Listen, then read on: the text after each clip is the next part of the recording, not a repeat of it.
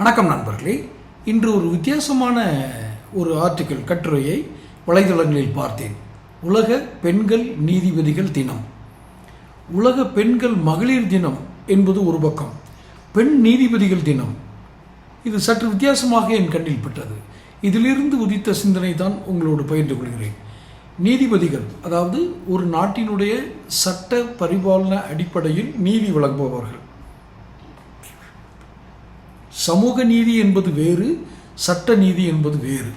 இது எல்லோருக்கும் தெரிந்திருக்கும். ஒரு நாட்டினுடைய சட்டம் பொது சிவில் லான்னு சொல்லுவாங்க இல்லையா, பொது சிவில் சட்டம் என்பது எல்லா மனிதர்களுக்கும் பொருந்தும். ஒரு குறிப்பிட்ட சிலருக்கு விதிவிலக்குகள் சில அரசுகள் அறிவித்திருக்கும். ஆனால் இந்த பெண் நீதிபதிகள் தினம், இந்த தினத்தில் என்னுடைய மனதில் அடிப்படையில் எழக்கூடிய கேள்விகளை கேட்கிறேன்.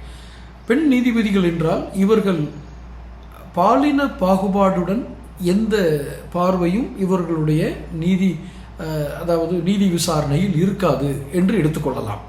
ஒரு ஆணுக்கு கூட இந்த பாலின பாகுபாடு, அதாவது இவர் பெண் இவர் ஆண், இவர் இதை செய்திருப்பார் இவர் இதை செய்திருக்க மாட்டார் என்ற ஒரு வேறுபாட்டு எண்ணம் ஒரு ஆண் நீதிபதிக்கு கூட தோன்றலாம். எல்லா நீதிபதிகளும் என்று சொல்லவில்லை. ஆனால் ஒரு பெண்ணுக்கு எதையுமே பாரபட்சமின்றி பார்க்கக்கூடிய தன்மை இருக்கும் என்று நான் நம்புகிறேன். உலக பெண்கள் பெண் நீதிபதிகள் தினத்தில் எனக்கு தோன்றுவது ஒன்றுதான். பெண்ணுக்கு எதிரான பாலின குற்றங்கள், பெண்ணுக்கு எதிரான வன்முறைகள், அடக்குமுறைகள், முதலில் சொல்ல வேண்டிய வார்த்தையே அடக்குமுறைகள் தான். சமூகத்தின் ஒரு தளத்திலிருந்து இன்னொரு தளத்திற்கு ஒரு பெண் வர வேண்டும் என்றால் அது அத்தனை எளிதல்ல, குறிப்பாக இந்திய சமூகங்களில். ஏனென்றால் இந்திய சமூக கட்டமைப்பு ஒரு பாலினத்தை சப்ரஸ் பண்ணணும், ஒடுக்கிடணும்னு நினைச்சதை செஞ்சாங்களா, அல்லது அவர்களுடைய ஒரு பெண்ணினுடைய உயிரியல் இயல்புகள் இருக்கு இல்லையா, பயாலஜிக்கல் கேரக்டர்ஸ், அதன் அடிப்படையில் இந்த ஒழுக்க விதிகள் அப்படின்னு ஒன்று வச்சாங்களா, அதுவே எக்ஸ்ட்ரீம் லெவலுக்கு போய் அவங்களை அடக்குமுறையாக்குற அளவுக்கு அந்த கைட்லைன்ஸ்ன்னு சொல்லுவாங்க இல்லையா, வழிகாட்டு நெறிமுறைகள் அடக்குமுறைகளாக ஒரு கட்டத்தில் மாறி அந்த பரிணாம மாற்றத்தில் அவைகள் வழக்குகளாக மாறி சட்ட நிவாரணம் தேடும் அளவுக்கு இன்று வளர்ந்து விட்டதோ என்று எண்ண தோன்றுகிறது.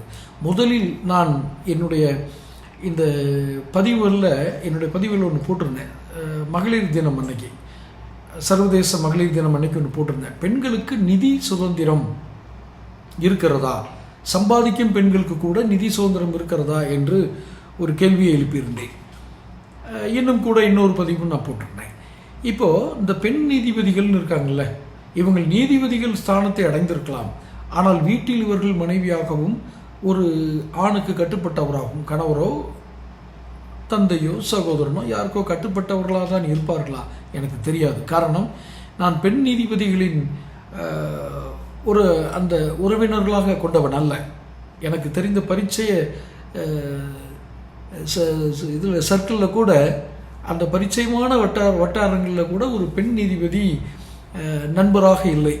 அதனால் எனக்கு அதிலிருந்து ஒரு சாராம்சத்தை எடுக்க முடியவில்லை. ஆனால் அப்படியே இருந்தாலும் கூட ஒவ்வொரு பெண்ணுக்கும் தான் இருக்கும் நிலையில், தான் இருக்கும் ஒரு பொருளாதார சுதந்திரமான ஒரு பதவியில் ஒரு வேலையில் இருக்கும் பொழுது கூட இந்த நிதி சுதந்திரம் கிடைக்குமா என்பது எனக்கு சற்று கேள்விக்குறியாகத்தான் இருக்கிறது.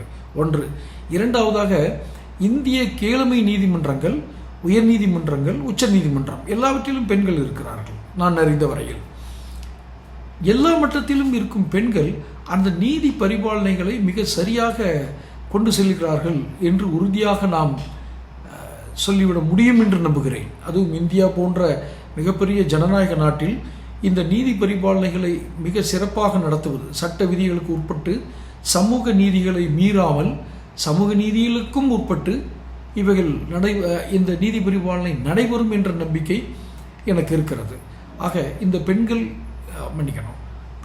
சர்வதேச பெண் நீதிபதிகள் தினத்தில் என்னுடைய வேண்டுகோள், பெண் நீதிபதிகளுக்கு இந்த உலகத்தின் எந்த மூலையில் இருந்தாலும் சரி, தயவு செய்து பல தலைமுறைகளாக அடக்கப்பட்ட, ஒடுக்கப்பட்ட அல்லது ஒரு முன்னேற்ற நிலைக்கு வராமல் தடுக்கப்பட்ட அந்த இனத்தை, அந்த பாலின குறியீடு கொண்ட அந்த இனத்தை, மனித உயிர்களை பெண் நீதிபதிகள் சட்ட விதிகள் மூலமாவது அவர்களுக்கு நிவாரணம் கொடுங்கள். நிறைய பேர் அந்த நீதிமன்றத்துக்கு வருவதற்கே தயங்குகிறார்கள். பெண்கள் தங்களுடைய சமூக குடும்பத்திற்கான சமூகத்திற்கான தீர்வுகள், தங்களுக்கு ஒரு உரிமை மறுக்கப்படும் பொழுது குடும்பத்திலோ சமூகத்திலோ பணிபுரியும் இடத்திலோ எங்கோ ஒரு இடத்தில் அவர்களுக்கு அந்த சிரமங்களை எதிர்கொள்ளும் பொழுது, வாழ்க்கை சவால்களை எதிர்கொள்ளும் பொழுது அவர்கள் நீதிமன்றத்தை நாடி வந்து அதை தீர்வு பெற்றுவிடலாம் என்ற நம்பிக்கையை பெண் நீதிபதிகள் ஏற்படுத்துங்கள். இது பெண் நீதிபதிகளுக்கு என்னுடைய ஒரு பகிரங்கமான வேண்டுகோள். இன்னொரு முக்கிய வேண்டுகோளை முடிக்கிறேன். நீங்கள் அரசியலிலும் தைரியமாக நுழைந்து வாருங்கள். காரணம், இந்த அந்த அரசியல் பவர் இருக்கு இல்லையா, பொலிட்டிக்கல் பவர், அந்த அரசியல் அதிகாரம், அரசு அதிகாரங்கள் இருக்கிறார்கள். இன்னும் அரசியலில் பெண்கள் இருக்கிறார்கள். ஆனால் அவர்கள் இன்றைக்கு இருக்கக்கூடிய இந்தியாவில் இருக்கக்கூடிய பெண் அரசியல்வாதிகளில் ஒரு குறிப்பிட்ட சதவீதம் மட்டுமே அடிமட்டத்திலிருந்து, சமூகத்தினுடைய அடிமட்டத்திலிருந்து வருகிறார்கள். மற்றவர்கள் அனைவரும் வாரிசு அரசியலிருந்து வருகிறார்கள். அவர்களுக்கு ஒரு கம்ஃபர்ட் ஜோன் இருக்கும், ஒரு கௌரவமான மிக இலகுவான இடம் கிடைக்கும். ஆனால் எல்லா பெண்களுக்கும் அது கிடைத்து விடாது. ஸோ பெண் நீதிபதிகள் வந்தது போல் அவர்களால் முடிந்தவரை ஆட்சி அதிகாரங்கள், அரசியலில் பெண்களையும் கொண்டு வரலாம். கட்டுப்பாடுகளுடன் கூடிய, கட்டுப்பாடுகள்லாம் உடனே பெண்ணடிமை அந்த மாதிரி அர்த்தத்தில் சொல்லலை. சிலருக்கு கொடுக்கக்கூடிய சில அதிகாரங்கள், சில உரிமைகள், சில சுதந்திரங்கள் கட்டுப்பாடற்று செயல்பட்டு விடுகின்றன. அதையும் சற்று கவனித்து இந்த பெண் நீதிபதிகள் தினத்தில் இதை கருத்தில் கொண்டு முன்னேறி வாருங்கள். என்னுடைய மனமார்ந்த வாழ்த்துக்கள். நம் சேனல் சார்பாகவும் என் வாழ்த்துக்களை தெரிவித்துக் கொள்கிறேன். தொடர்ந்து சேனல் பாருங்கள், பதிவுகளை பாருங்கள், சேனல் சப்ஸ்கிரைப் பண்ணிக்கோங்க. நன்றி.